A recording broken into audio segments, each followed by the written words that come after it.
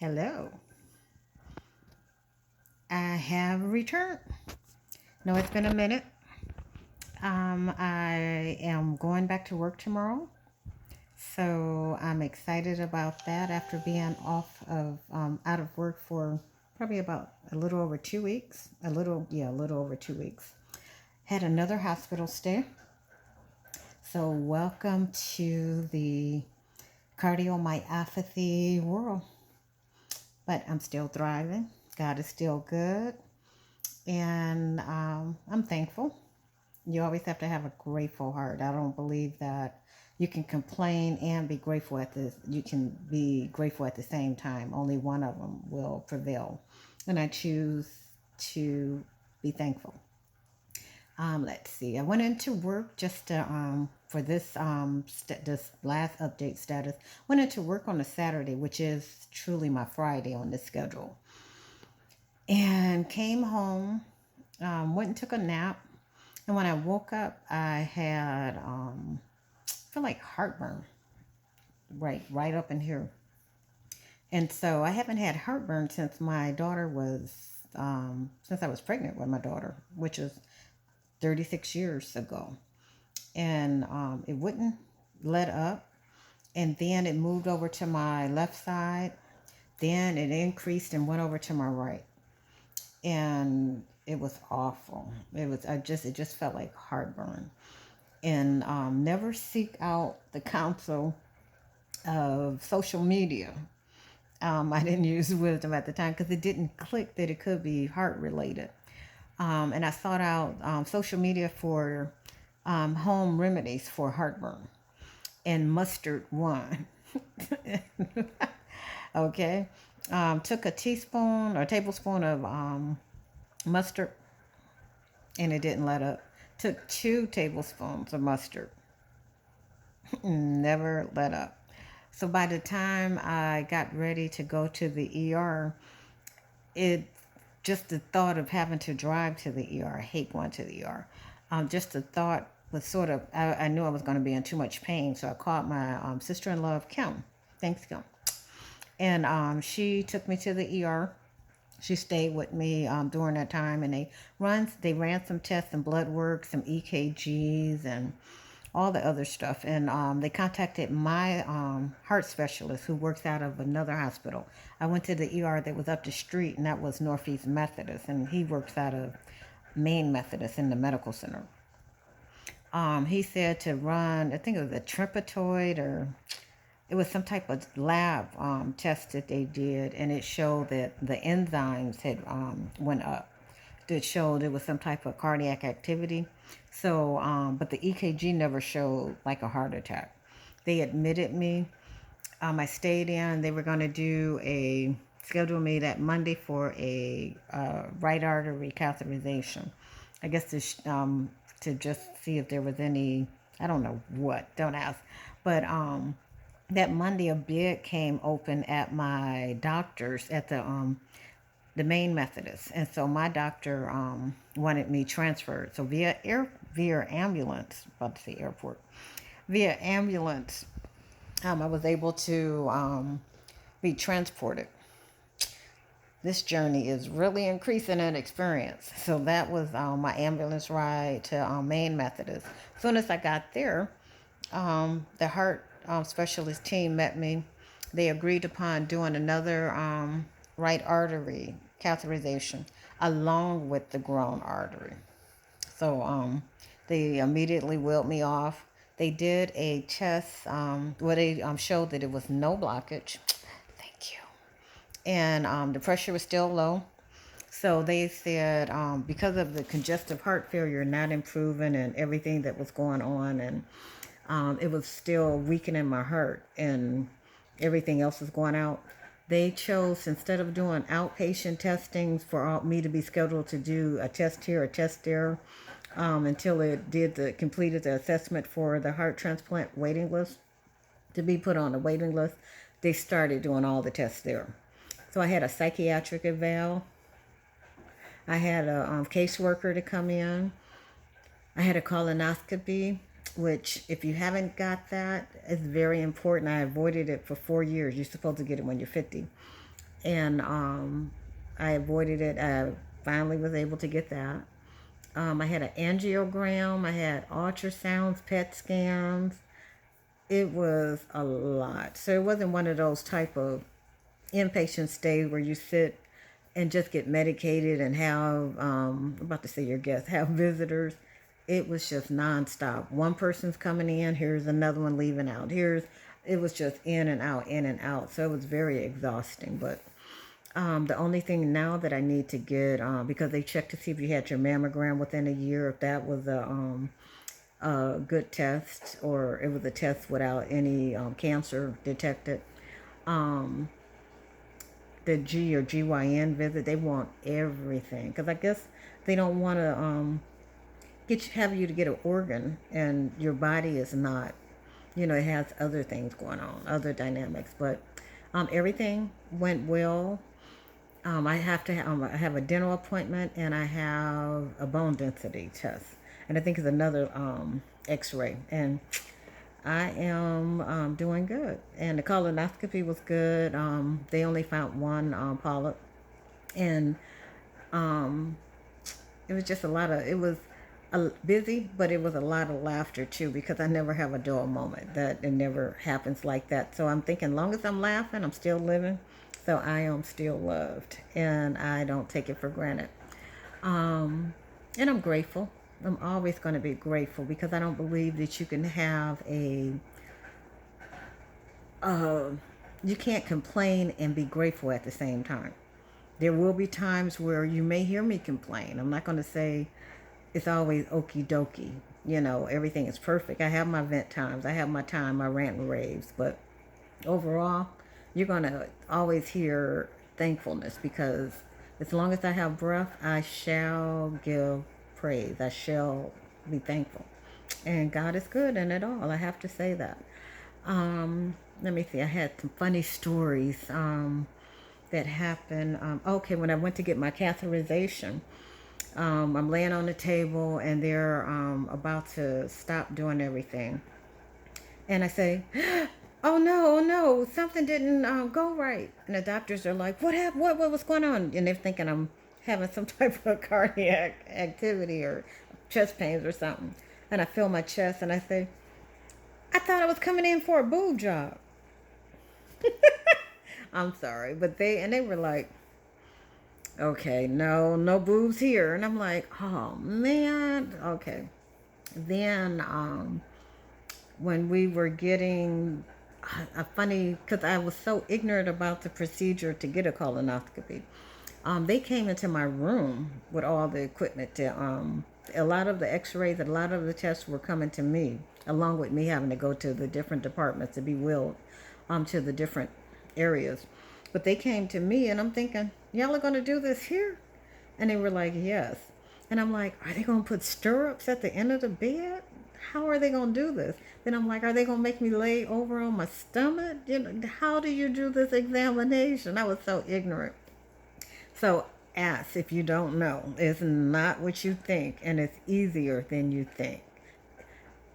Was I the only one who had those crazy thoughts about the procedure? I didn't even know that they put you to sleep and make you drink this awful drink to clean your system. It was awful. It tastes like Gatorade without sugar. Let's see. I had okay, did the colonoscopy. When they give you the anesthesia, I'm a smart aleck. So once they put me to sleep, I wanted to know how long I was out. So when I wake up, I look over to the right, and I look at my clock that's always been in every room that I was on, that floor on cardiac ICU. So I'm looking over, and the clock's not there.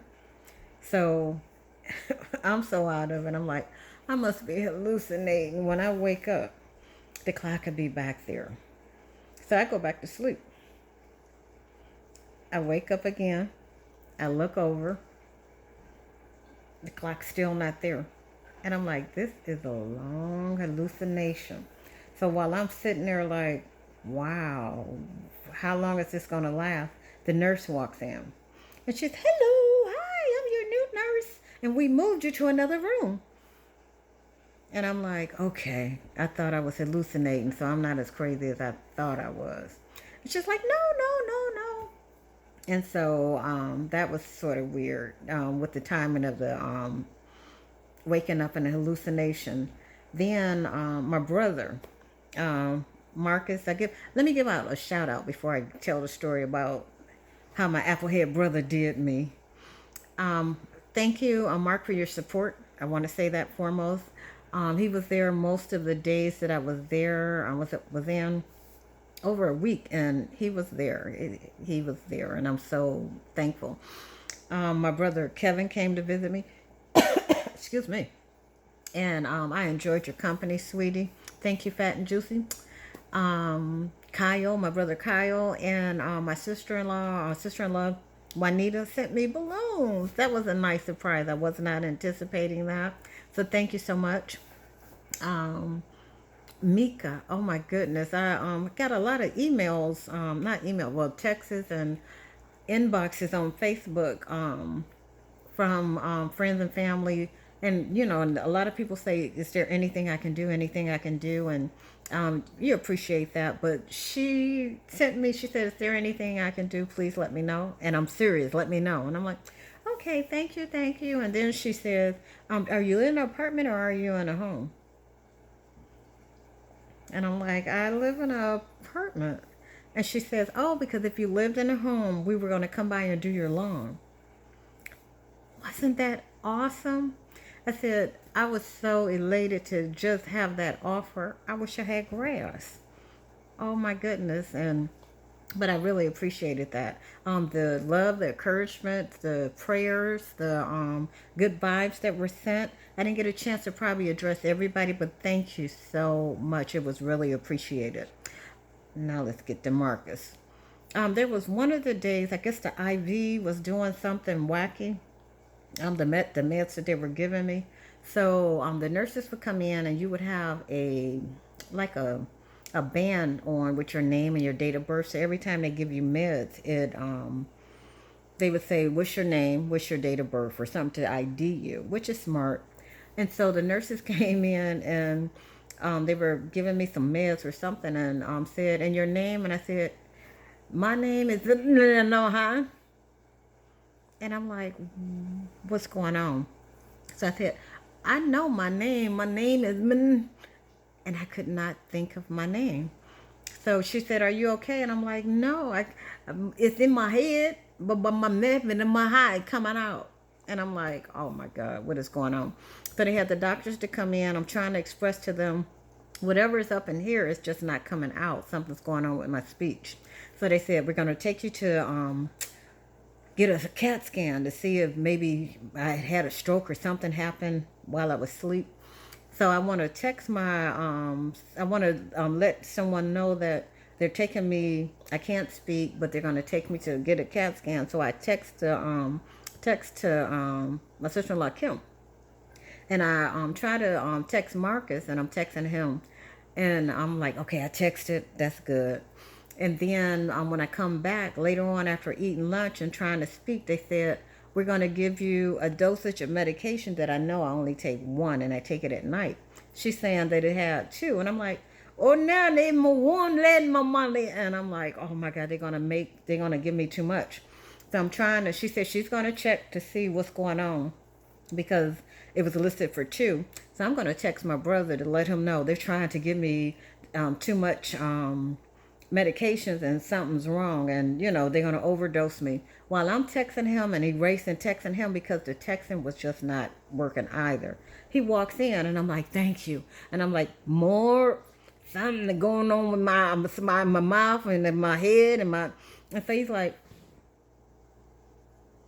and I'm like, why he know I'm not speaking right? Why is he looking at me like this? So I'm like, I'm going slow. It's a challenge in my mouth, and that's all he kept doing. If anyone that you're around, I don't care if it's Aunt Bunny, Aunt Betsy, Grandma, whoever it is and they're having problems articulating their speech, this is what you do. Can you repeat it a little slower, please? I'm listening, but I can't understand you. Don't sit down and go, "What?" Only my applehead brother would do that. But that's the life that I live. But we laughed, and I found out that the text that I sent to my sister-in-law, thinking that I was sending out the warning, my brain was going so crazy. She showed me. She sent me They laughed at me first of all. She sent me the text, and it was saying where 1111 CT. And I'm thinking I'm sending her, something's going on with my brain. They're sending me to get a CAT scan. And they laughed. Marcus said that I sent him a text trying to tell him about the overdosage of the medication. And it was there, do, 119. And I'm like, they laughing at me. They better be glad I'm not going through what they are diagnosing me with. I don't look like what I'm going through, but I know what you're doing, and you better stop it. But I love them all. Thank you so much. Life is grand. I can work. They sent me home with meds, so I have a friend now. Let me show. I have what they call a picnic. Not a picnic. I don't know why I always say picnic. A PICC line in my arm where I get meds for pulmonary hypertension because the heart was doing something. It wasn't my oxygen and my breathing. They said if I was to get a heart right now, I wouldn't even be able to adjust to it. It would be probably too fast for what I'm used to accommodating. So I feel more energetic. I have them nap times. I have the tired times, but I feel a little better I definitely feel better than when I went in. So I'm thankful. Keep me in your prayers, and I'm ready for that new heart because got some things still to do, but you be blessed, no stress. And if you have any questions, leave them down at the bottom because I think the hardest question that I usually get is, how do you feel?